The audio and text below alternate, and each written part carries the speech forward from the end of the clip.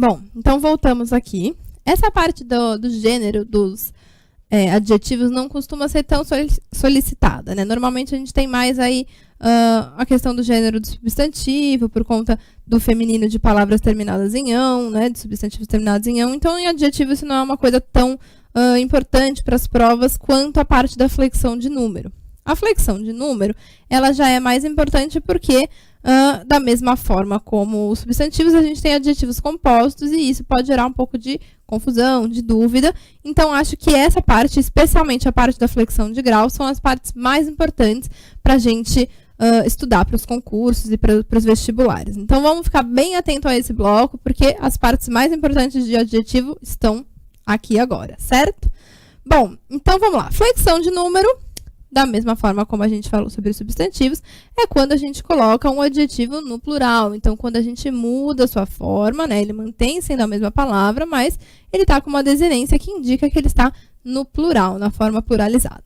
Ele segue, basicamente, para a gente formar o plural de um adjetivo, as regras são as mesmas para os substantivos. Então, são regras como, se termina em vogal ou num ditongo, a gente só coloca um S. Se termina em L, a gente troca por IS e assim por diante, né?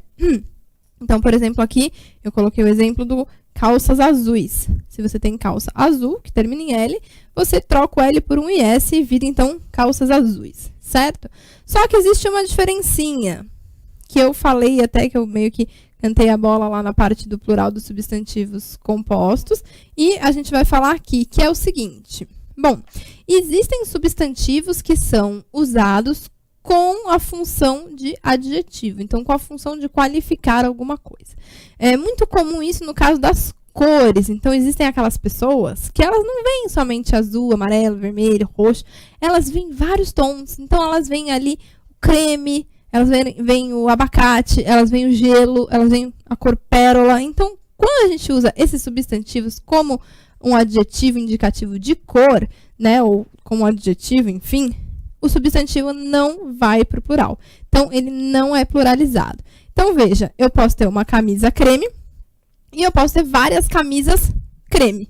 Nesse caso, como eu estou usando um substantivo creme, e usando como adjetivo, um adjetivo de cor, então, não vai para o plural. E o curioso é que uma cor que a gente usa muito, que é a cor laranja, que é uma cor que, né, normal, do dia a dia, também não vai para o plural, tem que ficar esperto nisso. Por quê? Porque laranja é um substantivo, é o nome da fruta. Então, se eu tenho ali uma parede pintada de laranja, eu posso ter várias paredes laranja. O laranja também não vai para o plural, porque é um substantivo que está sendo usado como um adjetivo aí de cor. Certo? Então, isso é o que a gente tem que ficar esperto nos adjetivos simples. E agora vamos ver os adjetivos compostos, que também são muito simples, muito mais simples que os substantivos, porque a gente tem basicamente 3 regras. E 2 dessas 3 são praticamente a mesma coisa que eu acabei de falar, vocês vão ver que é muito simples. Então, a gente tem 3 possibilidades de formar adjetivos compostos. A primeira são os adjetivos compostos por 2 adjetivos. Então, veja só, médico cirúrgico é um adjetivo composto por 2 adjetivos. Médico, né? No caso médico, a gente pode falar que é também um substantivo, mas ele também pode ser usado como um adjetivo, né? Então, uma sala médica, né? O médico está sendo usado como adjetivo. E, por exemplo, aqui também verde escuro. Então, muito comum a gente ter os adjetivos compostos para cor. Então, verde escuro, verde claro, o que mais? Azul claro, azul escuro, vermelho claro e assim por diante, certo? Então, sempre que a gente tiver esse adjetivo formado por 2 outros adjetivos, somente vai para o plural o segundo adjetivo. Então, veja só, em salas médico-cirúrgico, né, médico cirúrgico vira salas médico-cirúrgicas. Repare que somente o segundo adjetivo foi para o feminino e somente o segundo adjetivo foi para o plural, ok?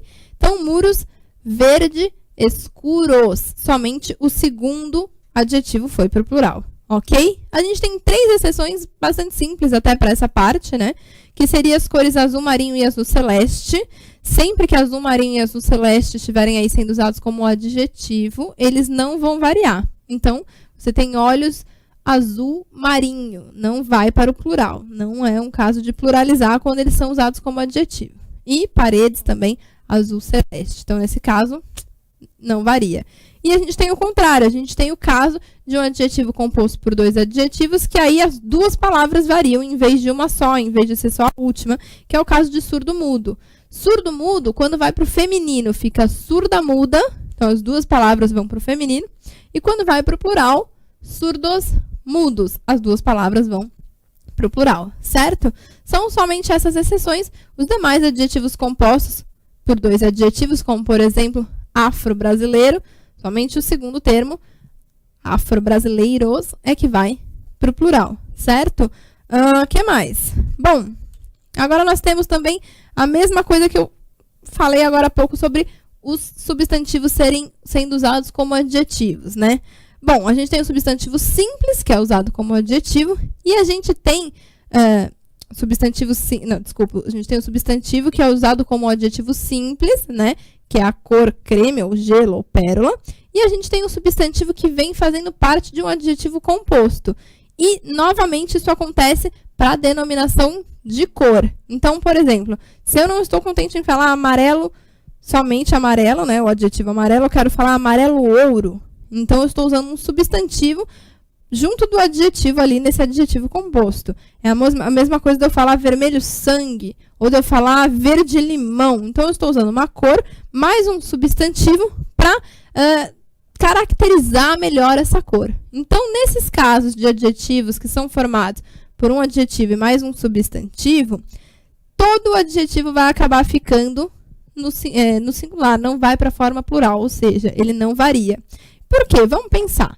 Bom, se a gente viu que a regra para os adjetivos compostos normalmente é só o segundo adjetivo ir para o plural, então é porque normalmente a primeira palavra realmente não vai para o plural. Então, a primeira palavra, mesmo sendo um adjetivo normal, como amarelo, não iria para o plural.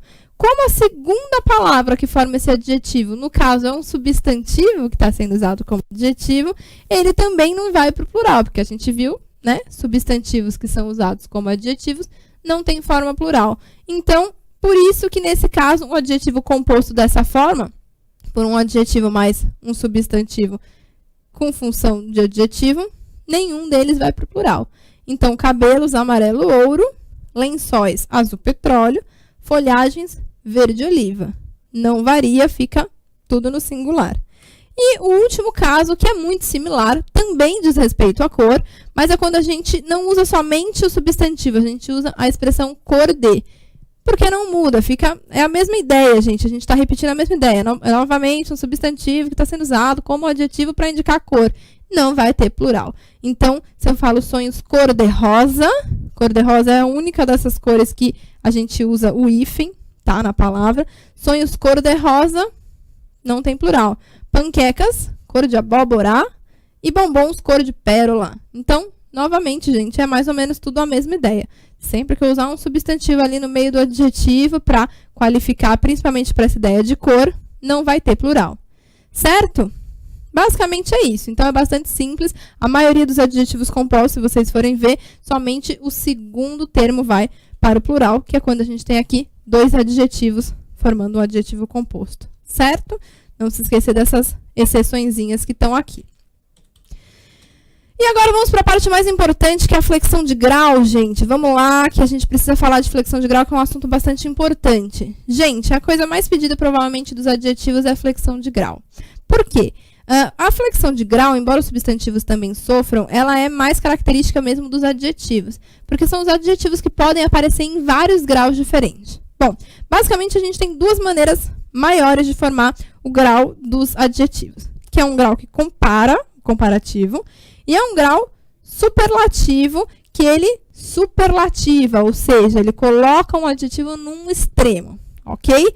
Dentro de cada um deles tem outras formas, né? Cada um deles tem aí as suas subdivisões, e nós vamos então olhar para cada uma dessas subdivisões de gradação de adjetivo.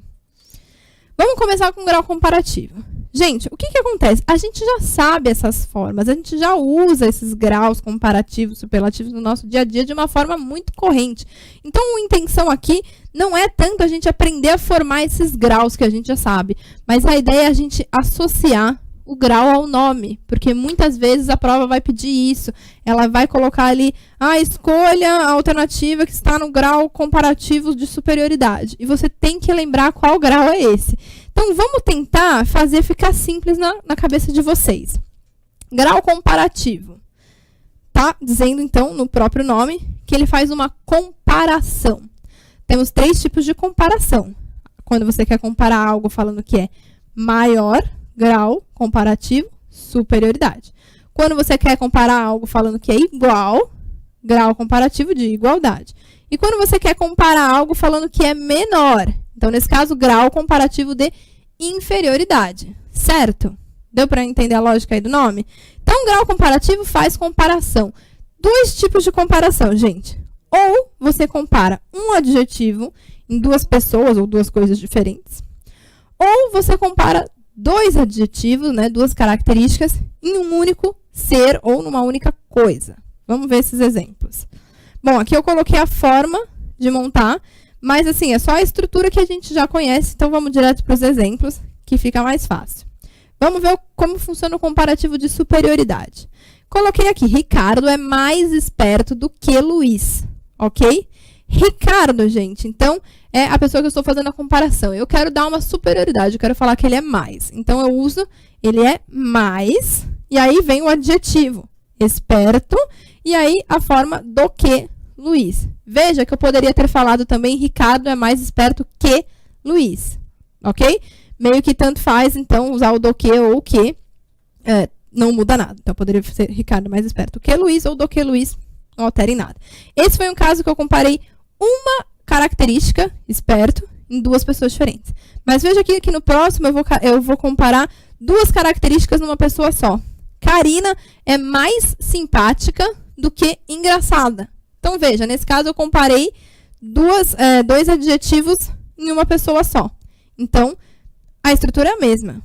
Comparativo de superioridade, então eu tenho mais, eu tenho o adjetivo que eu vou comparar e o que, aí nesse caso vem o outro adjetivo. Então, mais simpática que engraçada ou mais simpática do que engraçada, certo? Então, veja só, formação do comparativo de superioridade, tem que ter o mais, o adjetivo e o que ou do que. Comparativo de igualdade, gente, quando eu quero falar que uma coisa é igual a outra. Minha cachorra é tão limpa quanto a sua cachorra. Então, veja só, em vez de usar o mais, eu vou usar o tão, que é a mesma coisa que tanto, né? Que expressa, então, essa ideia de igualdade. Então, nesse caso, eu preciso usar o tão, certo? Minha cachorra é tão, aí vem o adjetivo limpa, e quanto a sua.